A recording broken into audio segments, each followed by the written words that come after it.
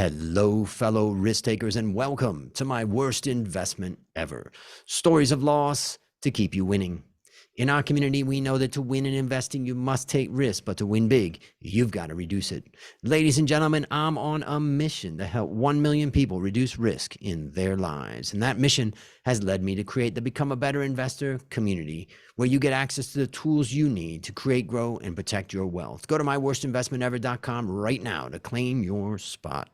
Fellow risk takers, this is your worst podcast host, Andrew Stotz from A Stotz Academy, and I'm here with featured guest Anna Rosling Rönnlund. Anna, are you ready to join the mission? I am. So I want to tell the audience a bit about you. Anna is a Swedish designer who, with her husband, Ola, developed Trendalyzer, interactive software for visualizing statistical information. In 2005, with statistician and father-in-law Hans Rosling, she co-founded the Gapminder Foundation, where she serves as vice president for design and usability. In 2016, she announced Dollar Street, a website that imagines a street of homes to help visualize how people of varying cultures and incomes live around the world. And in 2017, she collaborated with Hans also on the book Factfulness, which is an amazing book. If you haven't read it, ladies and gentlemen, get it or get it in Audible. So why don't, Anna, you take a minute and tell us about the unique value that you bring to this wonderful world? No, that's of course a very tricky question to answer, but I would say most likely it is that together with Ola and Hans in the Gapminder Foundation, we have been very stubbornly trying to understand the world from where we stand, and I think we've done it in a very non-academic way, refused to actually go the regular route, and instead sort of pinpoint the things we got frustrated by and tried to solve them. So I think we have been doing things differently, and therefore I think we bring a value in making the world easier to understand, and also making it easier to understand why we are wrong about the world and point out how wrong we are about the world, which I think is a pretty important thing if you're going to do investments, for instance. Yeah, and I was, just taking out some of my notes from your book, the book Factfulness, and the idea of the gap instinct, negativity instinct, the straight line instinct. It's just fascinating how many of these, let's say, instincts or natural reactions to things that we have can lead us astray. And maybe you could just take a minute to describe, what is the mission? I mean, like, what is it that you really want to accomplish with all of this? I know I've watched the TED Talk videos of Hans, also, going through the descriptions, which are just amazing. But what is the end goal? I would say the end goal would be that people living in high income settings would understand how how the inequality of the world actually looks and what it means to live in extreme poverty. That was sort of the starting point, the frustration that it's very hard to understand the diversity on how people live on different incomes, what that really means for everyday life. So I would say that was sort of the starting point, and that has been such a huge project. So it has gradually evolved and gradually taken different shapes, because we have, out of frustration, we have realized that the route we started was not the right one, and then we have started another route, and we were still not satisfied, and we've changed and changed. But I would say it's all about having people understand the huge inequality of the world. Why is it important for somebody? I mean, there's many people that are just living a fine life, and why does it matter that they understand this? I would say in two different ways. I would say the first one is because it's so many people, still about 1 billion, that live totally totally bad lives. I mean, not decent at all. And it would be pretty cheap for the world to actually fix that, because we don't need to do very advanced stuff, just help people get the basics. So I think it's sort of a question about decency, that it's not fair that we keep a huge amount of humanity living under so bad conditions. That is one part. And I think the other is that the world, if we don't understand what the world is and how it looks and how it evolves over time, I do really think that we will make bad decisions, because when we live in our small bubble and we think that everyone lives the kind of lives that we do and share the same kind of problems, I think we overlook a lot of things that will be important for the decisions we make, Mm. that we simply don't pay attention to. So it's also a question about being ignorant in a way that actually doesn't serve us well. I was thinking about my two experiences in my life that you made me think about. The first one is I came to Thailand when I was 26. Mm-hmm. And so I've now lived more of my life in Thailand than I lived in the US, because I've been here for 30 years. And I remember when I first came to Thailand, and even now, when I go to villages out in the countryside, they are really subsistence living. I mean, they are living off of the rice that they grow and the vegetables that they grow. But one of the things that I saw in those people, in those villages, was that they were like happy. And I saw a lot of unhappy people with money in America, and certainly in Bangkok, there's plenty of unhappy people with money. And so it really kind of jolted me a bit. Now, of course, nobody wants to see someone live in slavery, or nobody wants to see someone live in absolute destitute. But I was just amazed. I mean, they had land, so they were growing rice and other stuff on their land. But it was just, that's the first thing that kind of I was just thinking about when you were talking. It woke me up to some kind of simplicity. The second thing was that I went to China for the first time, in, I don't know, 10 years ago or whatever. And I grew up as an American thinking that China was just, all communist and backward and all that. And then I was like blown away. And then I was kind of realizing that, when I went into China, I could look at everything and say, this is bad, this is wrong, this shouldn't be, why are they doing this and that? And I really had to look at things through different glasses. And I started to really enjoy that challenge. And, so I'm just curious kind of what your thoughts are on those two experiences that I had that did have a pretty big impact on my thinking. Yeah, I mean, I bet, as you are sort of in the investment sphere, I think it's a super relevant thought for you. I mean, what brings value to life?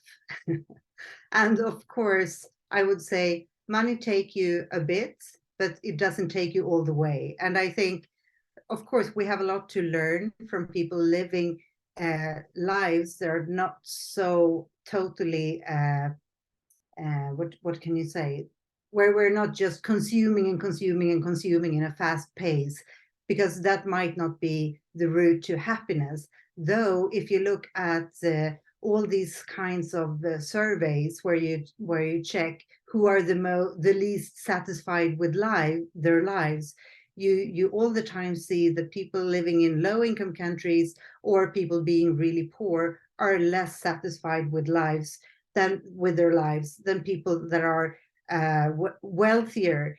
It doesn't mean that you need to be rich, but you need to have a stable life where you are not afraid of sort of dying, and where you can pay a medical bill, and where you can have glasses if you need them. I mean, you need to have those basics set, but you don't need a life in luxury.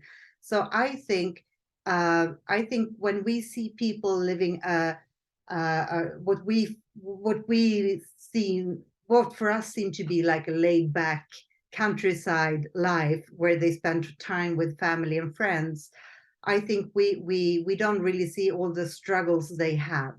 And if we look at the economic growth, I mean, why would people strive to get more in the poorer end of the spectrum if it wouldn't make their lives easier?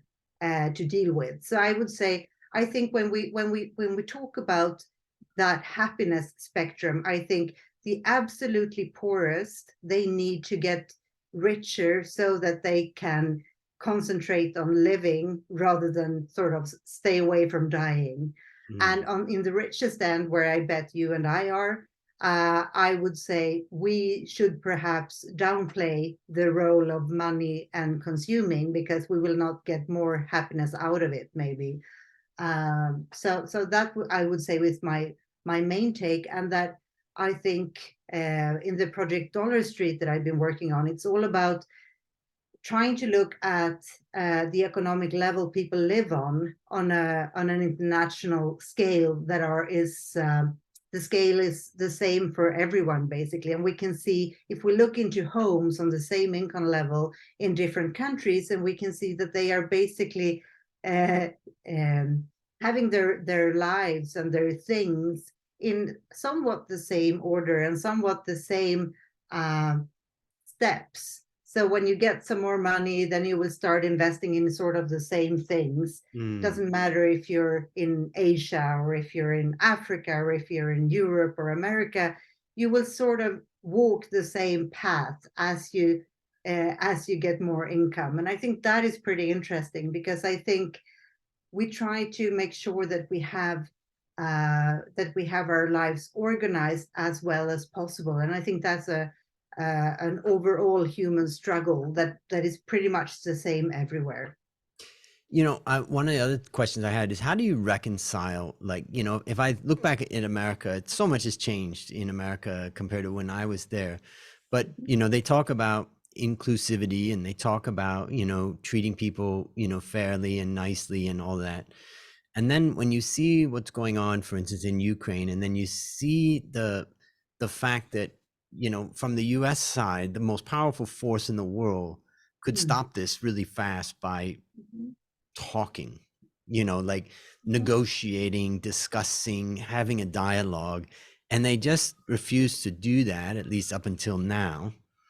Obviously, on the Russian side, they could stop this by, stopping what they're doing. But the US ultimately is the major power in this case compared to Russia, as an example. And then you see, after all that talk of inclusion and all of that stuff, then you see Africa is just getting decimated by a lack of food, the higher, fertilizer costs, and all of these things that are kind of secondary effects of what's going on. And sometimes I feel like it's hard to really make sense of. Sometimes it seems like it's inclusivity, but other times it seems like, no, you're my enemy and you're going to suffer, or no, I don't care what the consequences are to other people around the world. How do you make sense of all that? I don't think I do. I mean, it's pretty hard to make sense of the world, I would say, as a whole, of course. But I think I try to stay sane by actually looking at the statistics that we do have, especially longer time series and data concerning global trends and global proportions, because I think that is maybe what we usually miss. We watch the news, and in the news we see all the bad stuff happening, and that it sort of adds up, and it looks like everything is gloomy, even though, I mean, I can't say that everything is good, because it's not. Ukraine, we have the climate crisis, we just had the pandemic. I mean, we do have a lot of really big, hard issues, so it's not that. But if you look at the data, you can also see that during the last 100 years, we have improved the human development immensely. And we can see life expectancy have increased, and fewer children are dying, and we have fewer people dying in natural disasters, and we have more kids being educated, more people get vaccines. I mean, we do have a lot of good things happening. So I think we need to balance it, not to say that we shouldn't just listen to the news, because we need to keep following the news, but we need to put it in the global context and in the perspective of everything that has happened over time, so we can keep the proportions. I think I was just thinking that maybe you can borrow the terminology we use in the world of investing, which is the trend is your friend. Yeah. Yes. I haven't heard it, but I will definitely use it. I like it. Yeah, the Yeah. trend is your friend. That's what we say. Like, Yeah. go with the momentum or whatever. But yeah, Yeah. when you look back over time, I mean, the progress that's been made is Mm, just mm, phenomenal. And my great grandfather came from Germany in 1839 to America, and the struggle that they went through as immigrants and trying to build something without education and nothing and no skills, and then slowly building it up and what they were able to build, over time. You can see definitely the life I led was much, better than the life that, my great grandfather led, let's say. So yeah, you can see that development. And I see a lot of that development here in Thailand too. Well, it's yeah. fascinating. And what's the best way for people to, learn more about what you're doing? Where should they go? What should they do? What would be your recommendation? So I definitely would recommend checking out the Dollar Street. I mean, it's a free website, but basically what you can do is that you can visit around 500 households, I think in 62 countries or something like that. Mm. It's always ticking up. So, but I think it's around there. And basically just check out, because we've captured everyday items in homes all over the world on different income levels, and you would see that you have bigger similarities uh, between people at the same income level across countries than you might have within a country on different income levels. So I think it's pretty interesting to look at the everyday objects like Mm. toothbrushes and toilets and stoves and beds to get an idea about the diversity when it comes to how we live our lives on different income levels. That I would definitely recommend. And then I would also recommend that you go to our new service we call the Upgrader, the Worldview Upgrader, and you find it at the Gapminder website as well. And what we've done there is actually that we have, for the past 5 years, we have been asking around 17,000 fact questions, ABC questions, to the general public in 39 countries, I think it is. And what we're doing is that we're actually looking for misconceptions around basically everything that is happening in the human development and in the economy, society, environment, and climate, trying to figure out where people are most wrong about the world. And we kept only the questions where people are usually scoring pretty badly, and we created quizzes on different topics to sort of have you realize how wrong you probably are. Because we have used those tests to test the general public, but we also tested expert communities. Pretty recently, it was an investment bank in the US, or we've tested entrepreneurs in Europe, or big CEOs in different big companies and so forth. And what we see is that they are also scoring pretty badly. And what I think is interesting, it's not so much for you to see how bad you are that you should feel ashamed. No, but I think it's important that you test yourself to actually realize that the things you think you know about the world might be wrong, and then do the next thought. If I think I am right about the world, and I do not update my knowledge, then when I make decisions, most likely those decisions will be pretty bad, because I don't understand the world I'm living in. And even worse, the others that I collaborate with, they don't either. So it's like we have an idea about the world we live in that is pretty systematically the same among the people we have tested. Even though they Mm. have been in different countries, we seem to have a pretty similar worldview. But that worldview seemed to be pretty wrong. And it's, when it comes to human development, it's very, very negative. So I just think for anyone who is actually into investments, it might be a good idea to, before making a big decision, actually check the data and be humble and curious, because most likely you will be as wrong as all others, even though you might be a super smart guy, because that is the pattern that we have seen over and over again. Most people are pretty wrong about the world, and that includes me as well, of Yeah. course. Yeah. So Yeah. Be humbled. I tell my students about the stock market, be humble or be humbled. yes. Yeah, That's pretty correct. Yeah. the market will take you down. Well, Yeah. it's fascinating, and we'll have links to all that in the show notes. So, ladies and gentlemen, definitely go check it out. There's so much that you can learn. Well, now it's time to share your worst investment ever. And since no one goes into their worst investment thinking it will be, tell us a bit about the circumstances leading up to it, and then tell us your story. So I have been thinking about this, about what could have been my worst investment, and I most likely it is actually when we moved to the US and we bought a house, and we did it just before the market crashed, and then we moved back to Sweden just when it had crashed. So we lost, we lost quite a lot of money actually. And if we would have waited and sold later, it was actually a few miles away from where Facebook were building their new headquarters. So we would have gained quite a lot if we had kept the house for a year or two more.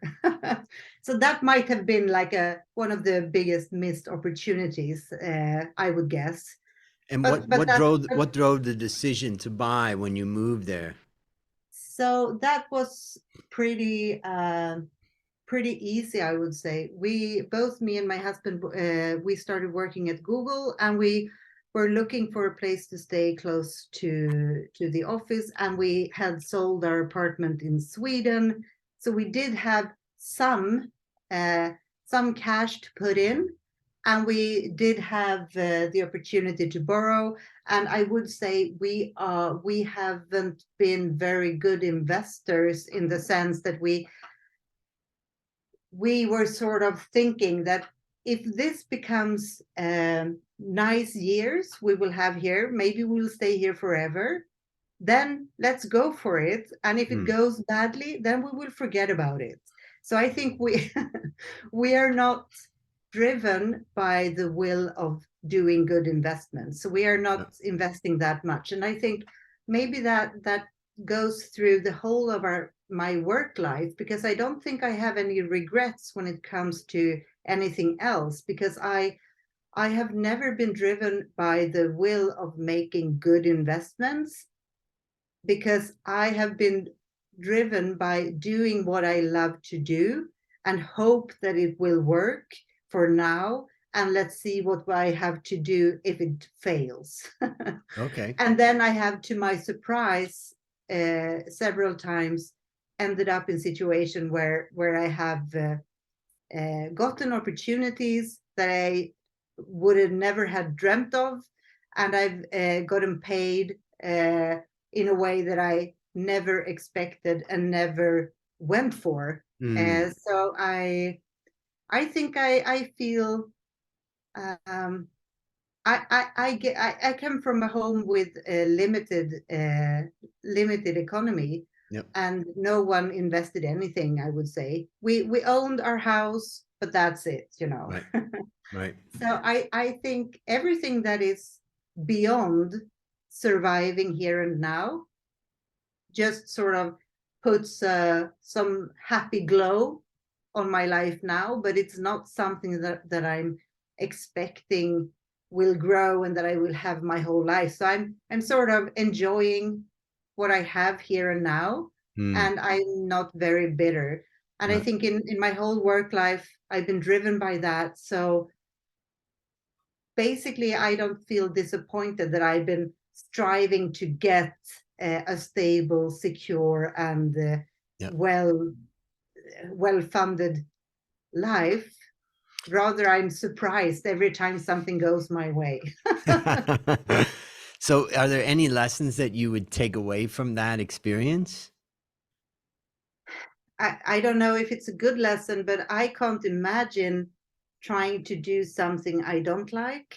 I think it's important to start from passion, Right. and then be grateful for whatever goes your way. And if your passion route doesn't work, then you might need to take a step back and try to modify, but hopefully you can do something close to what you were dreaming about. So I would say start by going for your dream, and then gradually you might need to downplay it if it doesn't work.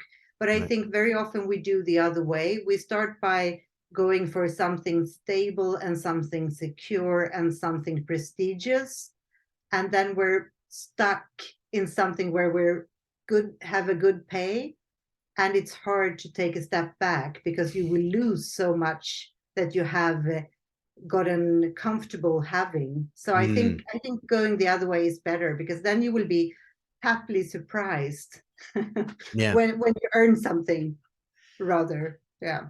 Maybe I'll share a couple of things that I'm thinking about. I mean, I think that one of the things that I've done in my life is keep my costs really, really low, so that I never got kind of trapped into a situation where I couldn't, just walk away. Yeah. And because I feel the same way, that I want to be doing the things that I'm passionate about. I want to be living the life that I wanted to live. And I know when I was younger, I was not satisfied and I kept searching. And as I started to find the things that I wanted to do, life took on a whole new meaning. So, I think first, pursuing your passion is one thing I take away. And the second thing on my side, one way to protect myself is just to keep my costs really low. I live in a simple place and I rent the place. I've rented it for years and I live here with my mom. And that brings me to the second point, which is you don't have to buy. And I think that that's one way that, you can sometimes, deal with the situation, particularly when you're moving and you're going to places. Definitely. Like the American dream is buy a house. And so I know for that, so that's and then my third thing that I would say about property that's pretty true most places is that property eventually comes back. It's not like property. Sometimes you buy something that can just collapse in value, like some kind of cryptocurrency or something. But with property, what you see is that it doesn't really collapse for a long time. It can fall and you can lose for a while, but in the long run, land is scarce, property is somewhat scarce. And so I like to think of it just a little bit differently than other types of assets, if I can sit on them. So anything else you would add to that? I think I agree. I also think if you can keep your costs low, but still enjoying life, making sure that you do things you like, and that doesn't have to be things that cost a lot, but spending time doing things you love, I think is the number one thing to do. Shall we say the best investment ever? Definitely. The only one worth striving for, I would say. Yeah. Yep. So let's imagine somebody in your same situation, like yourself and your husband going there to the US, and based upon what you learned from this story and what you continue to learn, what is there an action that you would recommend that they take to avoid suffering that situation? I would, of course, say, I mean, it's why buy? But I mean, that is a very obvious one. Yep. And the other one I would say is, I don't think you should be too upset because, as you were saying, homes go up and down in value, and most likely over a longer period of time, it's going to be okay. So you don't have to be that worried, even though you might lose here and there. I think in the long run, it usually pays off. But I mean, it's not something impressive, but I would think it's a sort of decent way of, if you're gonna invest in things, just having the home you live in, it feels like a reasonable thing. Yep. It's not so much speculation, it's a home. Yep. But I think for the most important thing with the home is that it's a place you live, and it's a place where you're supposed to have a decent days with the family and friends. And if it's an investment or not, I think shouldn't be that important, because it should be a place where you can relax and then rewind. Yeah, like that's That the is the real important value of thing. a home, Yeah. So, you I know. mean, Yep, yep. And let me ask you, what's a resource that you'd recommend for our listeners? well, I have to say that if you haven't read Factfulness, I think you Mm, should, because yeah. it's all about how we can make sense of the world and how we can make sense of the stupid ways we, in different ways, misunderstand it. Because I do think it's important for all of us to have a at least general overview of the biggest trends and proportions to Mm, make better decisions yep. in life and in work life. Yeah. Read the book, ladies and gentlemen. I'll have the link in the show notes, and you'll see on Amazon so many, you know, 5-star reviews and, you know, so much great feedback. So, you know, that's well done. That's not an easy thing to do. So well done. Last question. What's your number one goal for the next 12 months? Wow, that was a good one. Now I'm sitting here in Sweden, and the snow has just arrived and the really dark season. So the few things I can think about now is getting away, getting out of this. But that always comes in this part of the year. So no, we are actually finalizing a lot of the questions that we have been asking to the general public and adding them into the tools. So we're working very much on that. And what we have started working on now is actually adding a layer of, you could say, small interactive video-led courses that will take you through portions of it. So you could say that in the end of the book, Factfulness, we said something about now you need to sort of do the factfulness in practice by actually being humble, being curious, checking the global trends and proportions.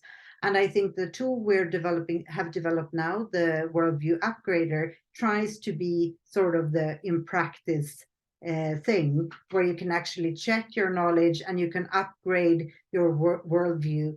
And now when we're adding the sort of small course layer on top of it, I think that can be a very valuable place to actually stay updated.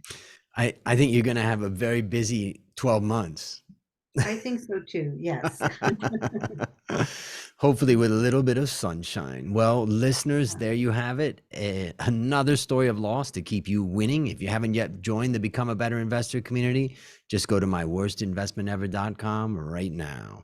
As we conclude, Anna, I want to thank you again for joining our mission. And on behalf of A Stotz Academy, I hereby award you alumni status for turning your worst investment ever into your best teaching moment. Do you have any parting words for the audience? Good luck with your investments and make good decisions based on data. And that is great advice. And it's a wrap on another great story to help us create, grow, and protect our wealth. Fellow risk takers, let's celebrate that today we added one more person to our mission to help 1 million people reduce risk in their lives. This is your worst podcast host, Andrew Stotz, saying, I'll see you on the upside.